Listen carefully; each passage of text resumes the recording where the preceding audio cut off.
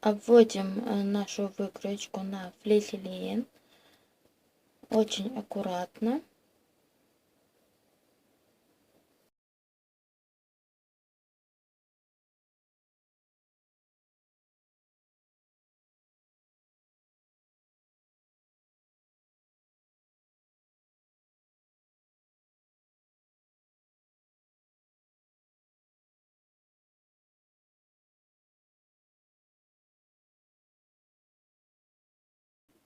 Друзья, следите за каждым процессом, за каждым шагом, и таким образом вы научитесь красиво выкраивать.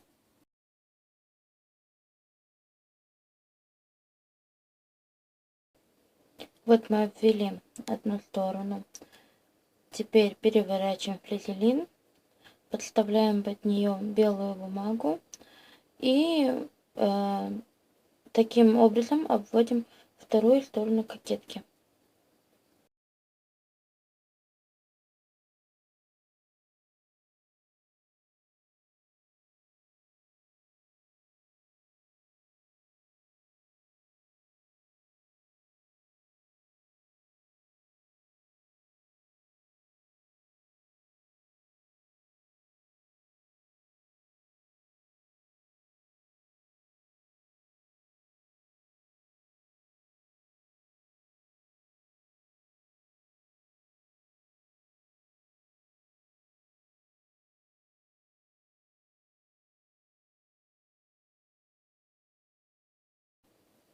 Вот таким образом мы вот начертили нашу выкроечку.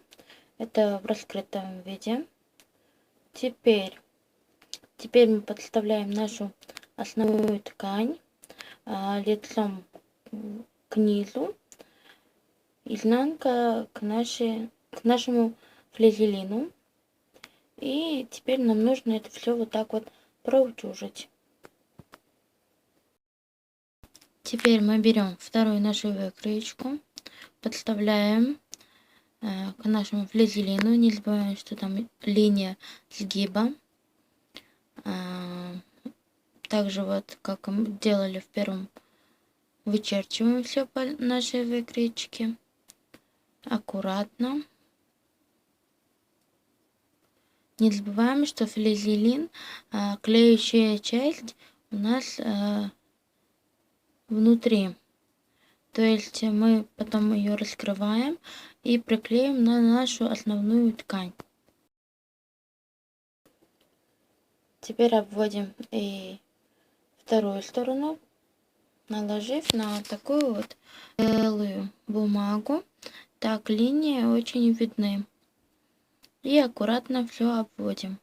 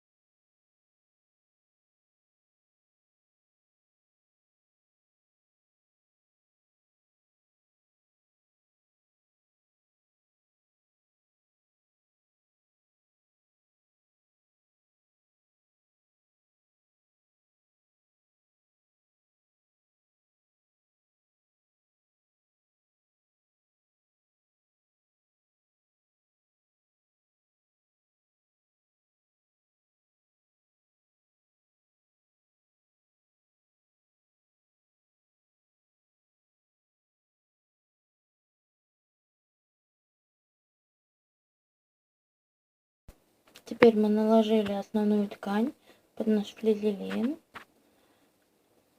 И теперь нам нужна линия сгиба. Смотрите, линию сгиба вырезать аккуратно.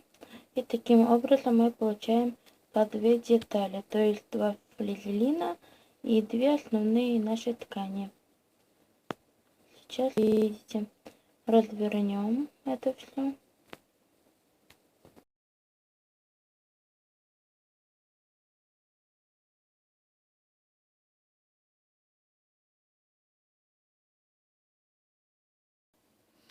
Теперь это нам нужно так вот хорошенечко подставить